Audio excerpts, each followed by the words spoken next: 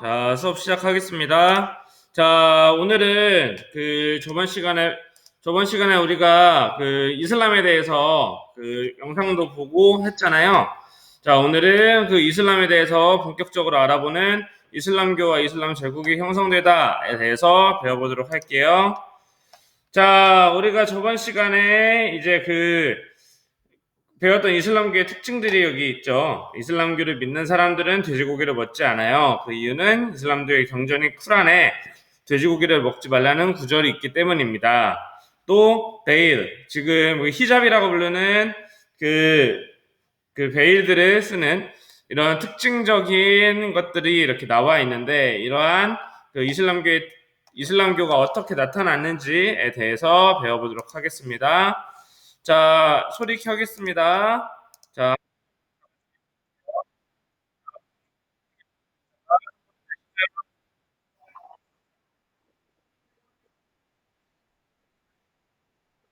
네, 두 번째,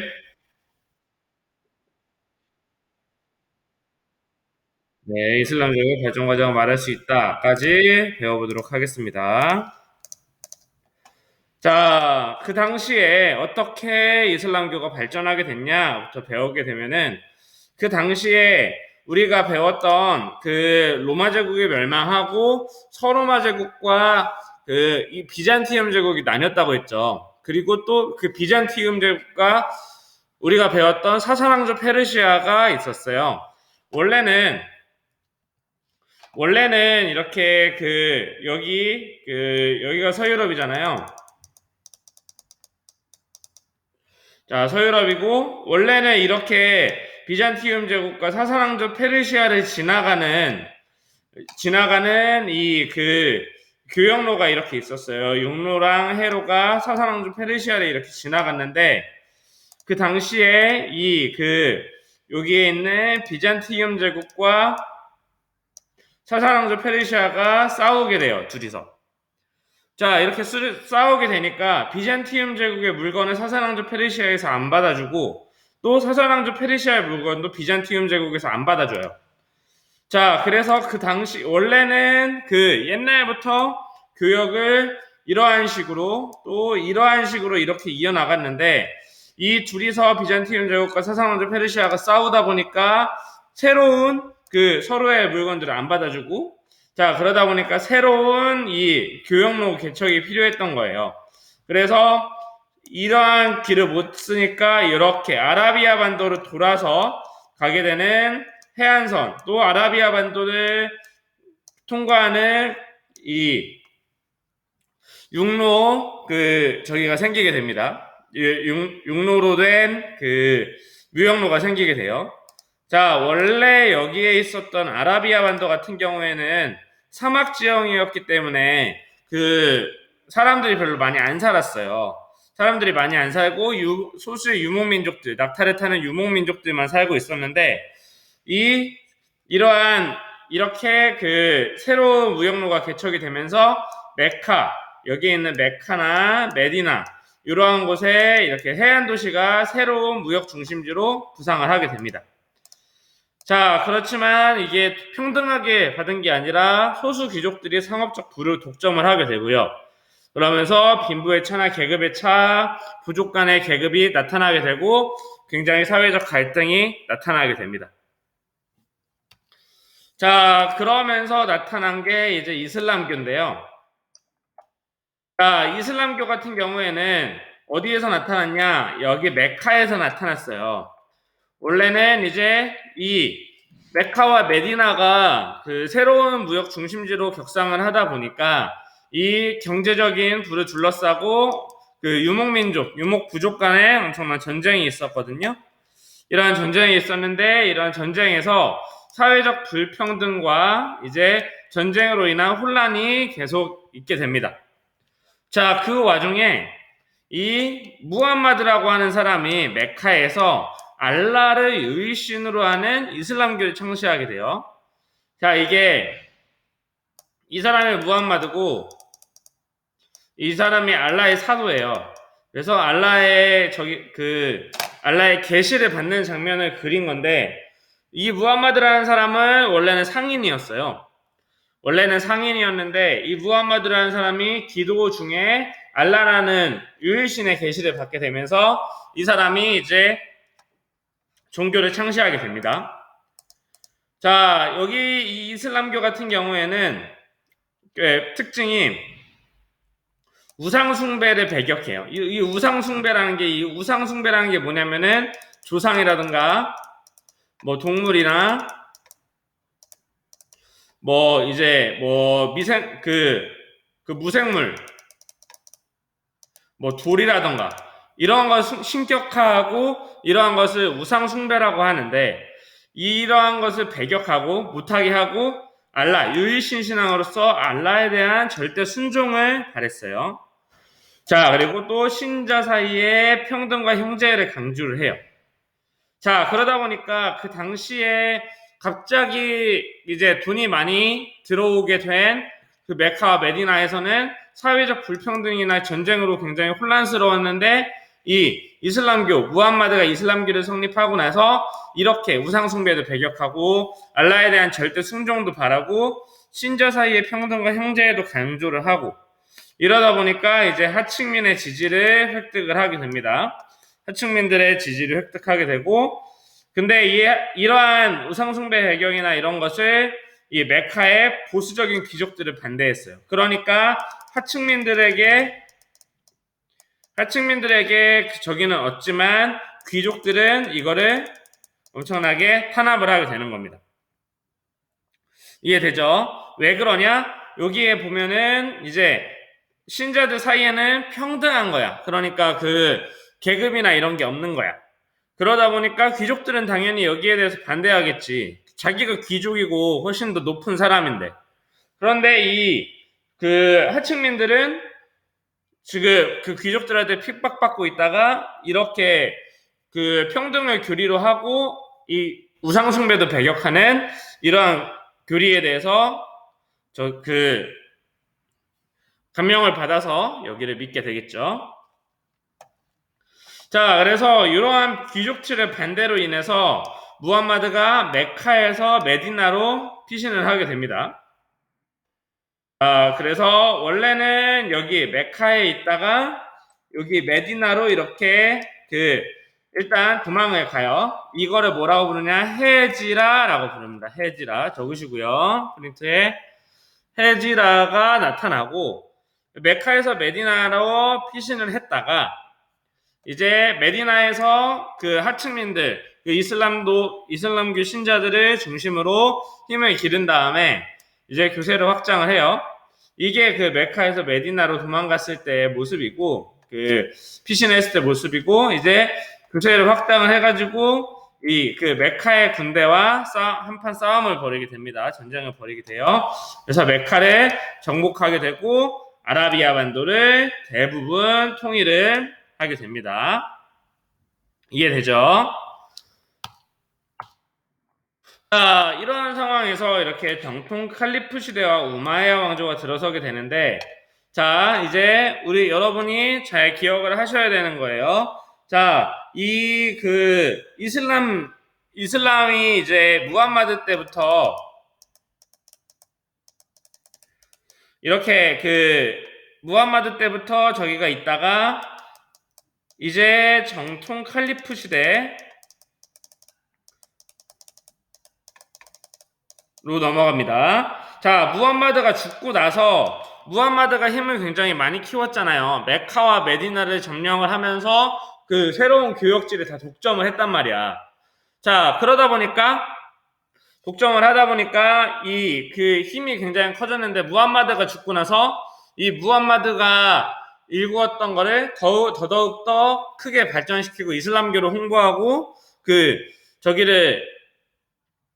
이슬람교 그 제국을 확대하게 되는데 이때는 정통 칼리프 시대라고 불렀어요. 무함마드의 후계자들로. 그래서 정치 종교적인 지배자로 군림을 했고 그래서 제4대까지는 합의로 선출을 했습니다. 그러니까 무함마드가 죽고 나서 무함마드의 후계자로 어떤 사람이 가장 적합할 것이냐라고 하는 적합할 것이냐라고 하는 의견에서 이런 종교적 정치적 지배자로 제4대까지는 합의로 선출을 해요. 자, 이렇게 합의로 선출을 하다가 자, 그래서 이 정통 칼리프 시대 때 많은 발전이 이루어집니다. 자, 그래서 영토 확장이 일어나요. 지하드라고 불리는 영토 확장이 일어나서 사사왕조 페르시아나 비잔티움을 공격하게 되고요. 자, 그래서 북아프리카, 이집트를 정복을 하게 돼요. 그래서 그 당시에 원래는 아라비아 반도, 원래는 무함마드 시대 때는 이 아라비아 반도까지만 점령을 했었거든요. 근데 정토 칼리프 시대 때는 여기 이집트도 정복하고 여기에 사사왕조 페르시아가 있었잖아요. 이 사사왕조 페르시아도 정복하고 이렇게 되면서 여기에 있는 비잔티움도 공격하게 되고요. 그래서 굉장히 큰 대제국을 건설하게 됩니다. 이때부터 이슬람 제국이 엄청나게 커지게 돼요. 자, 이때는 비이슬람 교도, 그러니까 자기들이 정복한 데에서 꼭 너네는 이슬람 무조건 믿어야 돼 라고 하는 사람들은 그 시대는 아니었어요. 이슬람 교도가 아니더라도 인두세, 그러니까 사람마다 한 명씩 내는 이러한 인두세와 토지세, 토지에 대한 세금만 내면은 이슬람 교도가 아니더라도 신앙의 자유를 허용을 했습니다.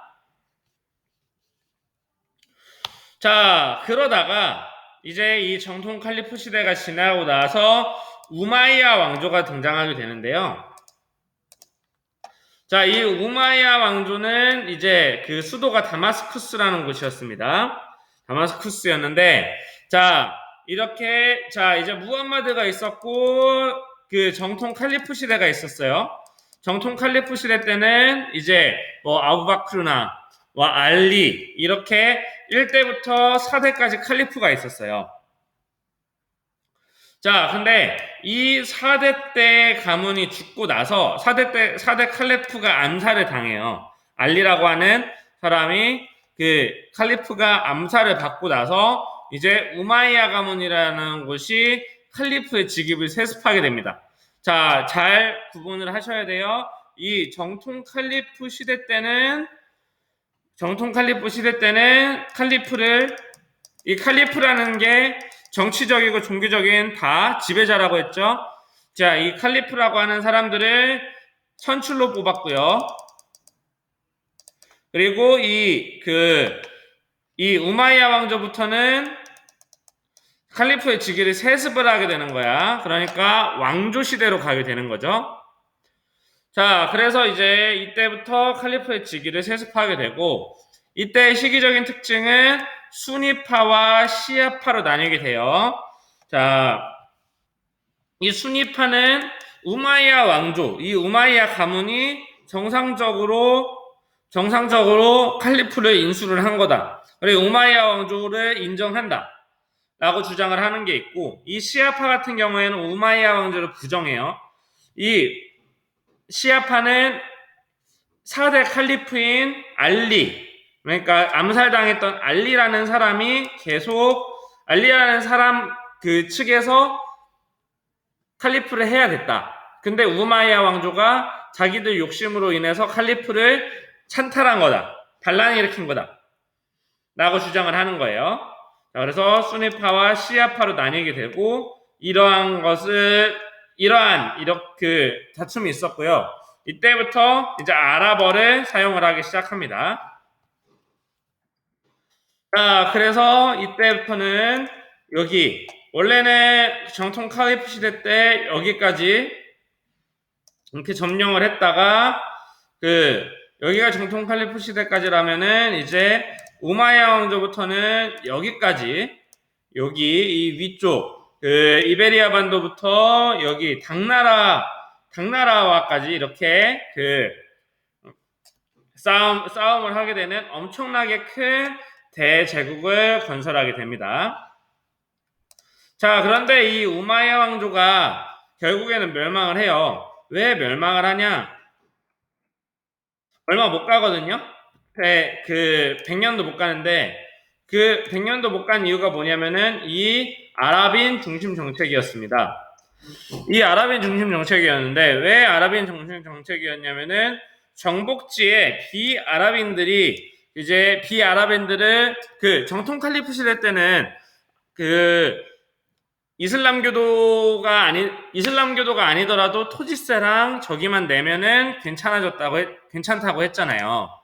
괜찮다고 했는데 이때부터는 아랍인, 그러니까 이베리아 반도 아니면은 서사랑제 페르시아 이런 데 사는 다른 인종과 여기 원래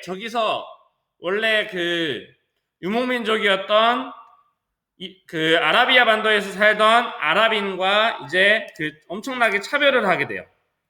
이렇게 차별을 하게 되다 보니까 이 이베리아 반도에 있었던 아랍인 말고 다른 비아랍인 이슬람교도가 불만을 가지게 되겠죠. 자기네들도 똑같이 이슬람 믿고 그리고 영토에 같이 사는 사람인데 차별을 받게 됩니까? 그래서 우마이야 왕조가 이걸로 인해서 멸망을 하게 됩니다. 자, 다음으로 아바스 왕조인데요. 자, 이 아바스 왕조 같은 경우에는 여기에서 우마이야 왕조가 아랍인 중심 정책을 펼치다 보니까 정복지에 비아랍인이었던 이슬람교도가 굉장히 불만을 가지게 됐다고 했죠. 그래서 비아랍인 이슬람교도랑 여기에서 보시면 우마이야를 부정하는 시아파가 합세를 해서 이 사람들을 이끌고 아바스 가문이 우마이야 왕조를 타도하고 칼리프 직위를 받게 돼요. 다시 우마이야 왕조를 멸망시키고 아바스 왕조가 새로운 왕조를 형성을 합니다. 그게 아바스 왕조예요. 그래서 정통 칼리프 시대 때 이후에 이 우마이야 왕조에서 이 아바스 왕조로 넘어오게 되는 거예요. 그래서 여기 우마이야 왕조가 멸망을 하고 나서 여러 가지 국가들이 나오게 되는데 그 중에 아바스 왕조가 가장 큰 세력이었습니다.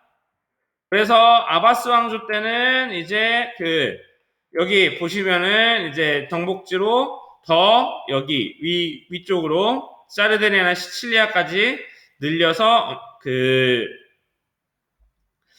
정복을 하게 되고요. 자, 여기에서 선생님이 아까 이야기했던 아바스 왕조에서 우마이야 왕조와 가장 큰 차이점을 보이는 게 뭐냐면은 요겁니다. 관용정책, 요거 중요해요. 잘 알아두세요. 자, 우마이야 왕조 같은 경우에는 이 우마이야 왕조 같은 경우에는 잠깐만요. 자, 이 우마이야 왕조 같은 경우에는 아랍인 차별 정책,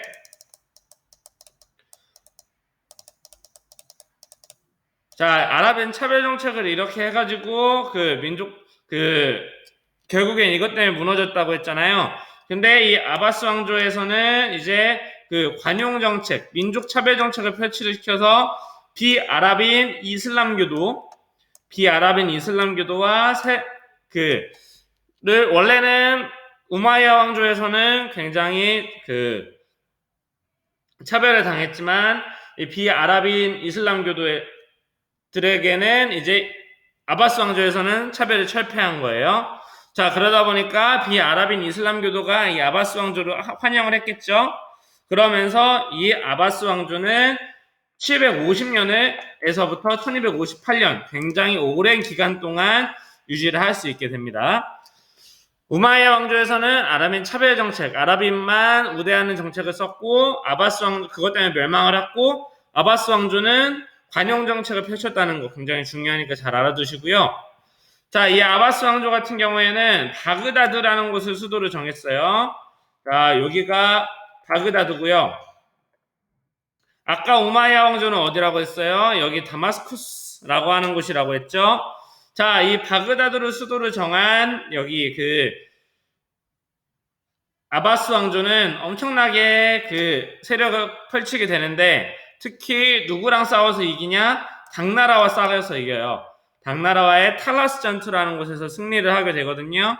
자, 그래서 동서교통로를 장악을 하게 됩니다. 여기 탈라스 전투에서 승리를 하게 되면서